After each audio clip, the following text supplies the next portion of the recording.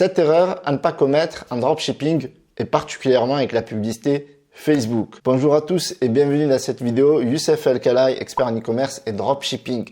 Avant de commencer la vidéo, je t'invite à mettre un petit pouce bleu, à t'abonner. Dans la description, il y a la pépite. Donc, c'est une newsletter que j'envoie régulièrement entre 2 et 3 fois par semaine où je te donne des pépites, je te donne des applications, des astuces, des stratégies que je ne donne nulle part. Parfois, certaines informations, je les donne ni dans mes programmes payants, ni dans mes coachings. Je les donne exclusivement à ceux qui sont membres de la pépite. Donc, rejoignez près de 1000 lecteurs de la pépite pour recevoir régulièrement des pépites, du caviar, de l'or en barre, comme certains aiment dire. Donc, dans cette vidéo, nous allons voir les 7 erreurs à ne pas commettre en dropshipping. Quand j'ai débuté, je faisais d'énormes erreurs. Alors, attention, ne croyez pas que je suis monsieur parfait ni quoi que ce soit. Il nous arrive à tous de faire des erreurs et donc, avec l'expérience et la sagesse, on évite d'en faire un maximum pour maximiser les profits. Toutes ces erreurs, je les ai quasiment faites, mais je les ai redécouvertes cette semaine à travers mes programmes de coaching ou alors des coachings gratuits. Donc, dans certaines vidéos de ma chaîne YouTube, j'offre parfois des coachings. Donc, si tu restes jusqu'à la fin, je te montrerai la vidéo à commenter pour gagner le coaching. La première erreur, c'est bien entendu de faire le boost de la publicité Facebook. Quelle que soit la stratégie, même si tu voudrais faire juste de l'engagement, je te déconseille de faire du boost. Donc, c'est vrai que ceux qui connaissent, la plupart des personnes ne feront pas le boost. Bien entendu, c'est avec un minimum de formation, personne ne fait le boost. Mais de l'autre côté, il y a des personnes qui sont complètement débutants et qui se disent, il n'y a pas besoin de se former, on va apprendre sur le tas et ils font le boost de la publication et ils perdent beaucoup d'argent. On m'a demandé si c'était efficient de mettre en place le boost de la publication pour faire connaître sa marque ou faire connaître son entreprise. Eh bien, moi, je vais vous dire non. Les raisons sont les suivantes. L'analyse des statistiques n'est pas très affinée à travers le boost. Les datas sont souvent fausses, d'accord? C'est-à-dire les prévisions que vous pouvez avoir avec le boost sont souvent erronées ou grossies pour vous inciter à mettre 10 euros, 5 euros. Parce que pour Facebook, s'il y a 1 million de personnes qui mettent seulement 5 euros sur le boost, eh bien, ça fait 5 millions d'euros de gagner. Imaginez, on est près de 2 milliards sur Facebook et il y a beaucoup de personnes qui mettent en place le boost. Donc, dans l'e-commerce, interdit. Pour le reach organique, interdit. D'accord? Utilisez donc une campagne d'interaction dans le gestionnaire de publicité Facebook. La deuxième erreur, c'est le ciblage. Il y a un de mes étudiants qui a mis en place un ciblage de 44 000 personnes qui a vendu pendant un jour et puis après, plus rien. Alors, il faut savoir qu'aujourd'hui, il ne faut plus faire de ciblage petit. Ok, il faut faire des ciblages grands. Ça sert à rien d'affiner 50 000 fois. C'est vrai qu'avant, ce qu'on faisait, eh bien, on mettait un intérêt, par exemple cuisine, et on l'affinait avec marmiton, on l'affinait avec acheteur actif, on l'affinait avec un chef étoilé, etc., etc.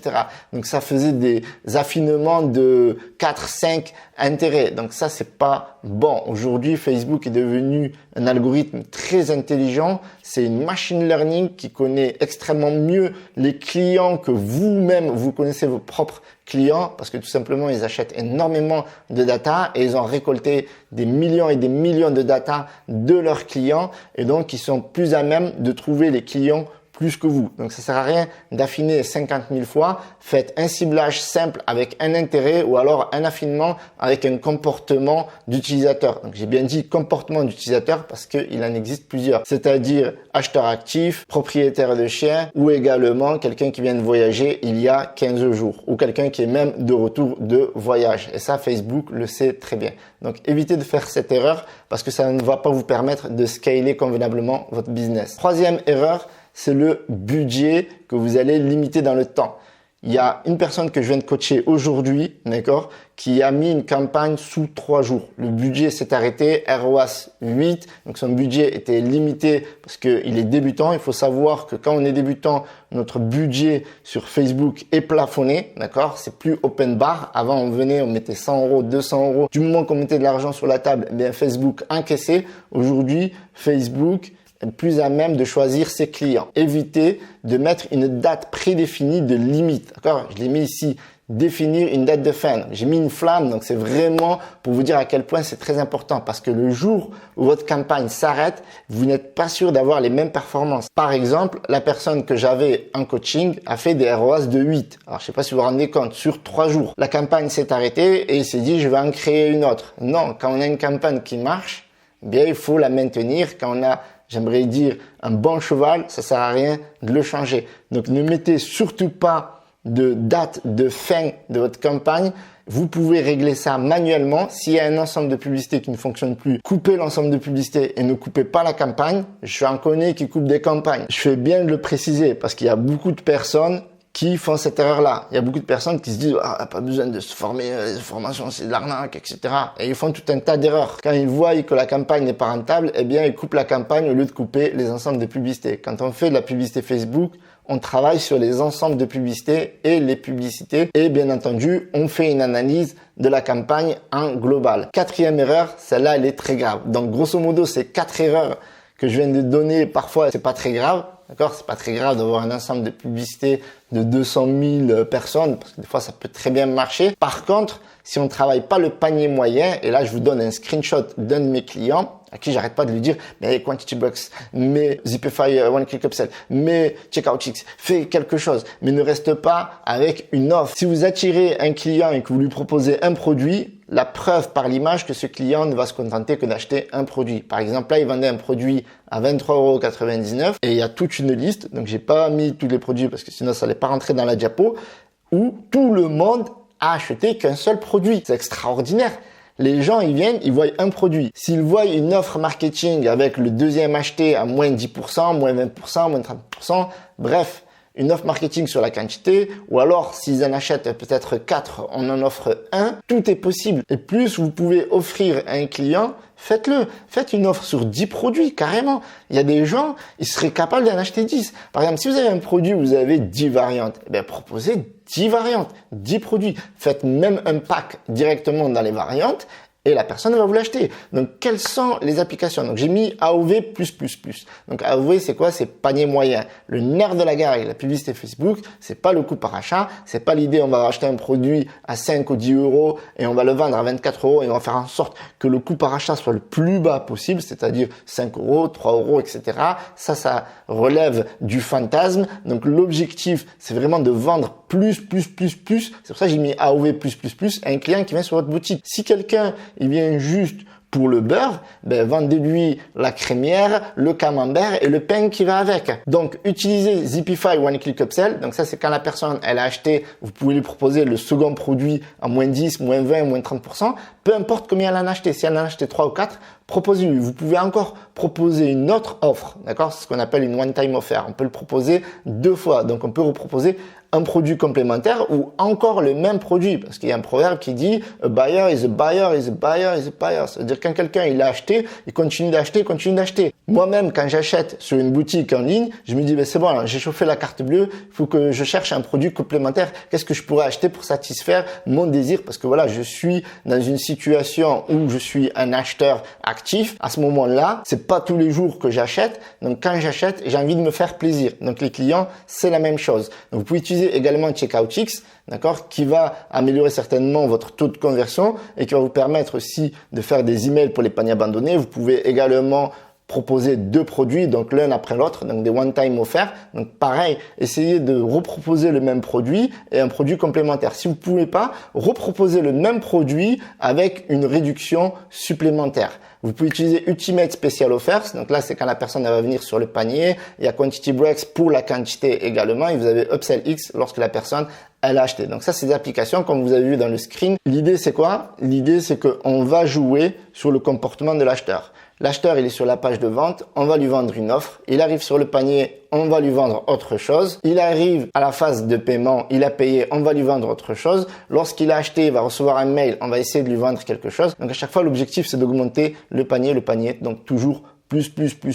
Ok? La 5e erreur, donc là, c'est la personne que j'ai coachée encore aujourd'hui qui avait les avis négatifs à gauche. Donc, j'ai dit les avis négatifs. Pourquoi? Parce que c'est ce que je juge qui est négatif. C'est-à-dire que là, on a des avis qui ne donnent pas envie, d'accord? Qui ne donnent pas confiance, qui n'inspirent pas confiance les internautes. Et à droite, vous avez des avis positifs. Donc, j'ai trouvé ça sur un shop où on voit des avis qui répondent carrément à des objections.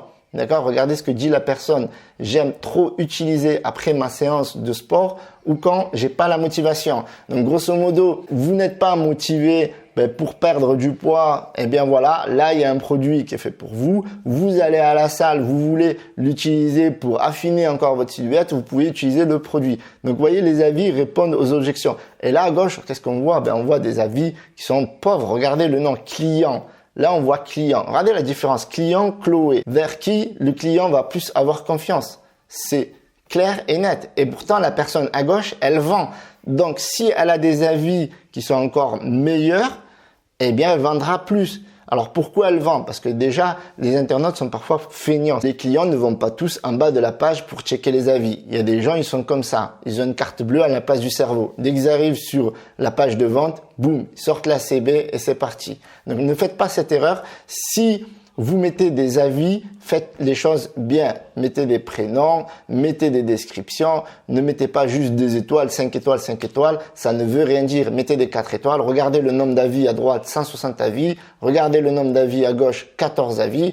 Donc, faites en sorte d'inspirer confiance. 6e erreur, c'est sur la page produit. Je vois beaucoup de personnes qui s'entêtent à vendre des caractéristiques. Quand un internaute vient depuis la publicité Facebook, il n'est pas là pour lire des caractéristiques, il n'est pas là pour savoir s'il y a 100 ml, 120 ml. Je vous donne un exemple. Imaginons que vous avez une huile essentielle. Là en bas, vous avez des huiles essentielles. Donc j'ai pris ces visuels parce qu'ils sont vraiment énormes. On vous vend de l'anis, ok? On vous vend du basilic. On ne vend pas un flocon d'huile essentielle. On vous vend le produit, la transformation, ce que vous voulez, ce que votre corps a besoin pour bien fonctionner. Et croyez-moi que c'est beaucoup plus joli de voir ce genre de visuel que de voir un tout petit flacon tout noir ou tout gris, en blanc, etc. avec écrit dessus en noir. Les visuels parlent d'eux-mêmes.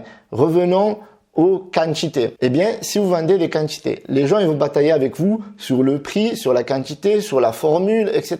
Plutôt que de leur vendre une quantité, ok, vendez-leur une lotion. Et là, quand je dis lotion, c'est une formula. Cette huile essentielle va soigner votre bobo pendant 3 semaines. Mais cette huile essentielle va permettre d'enrichir votre peau pendant 1 mois.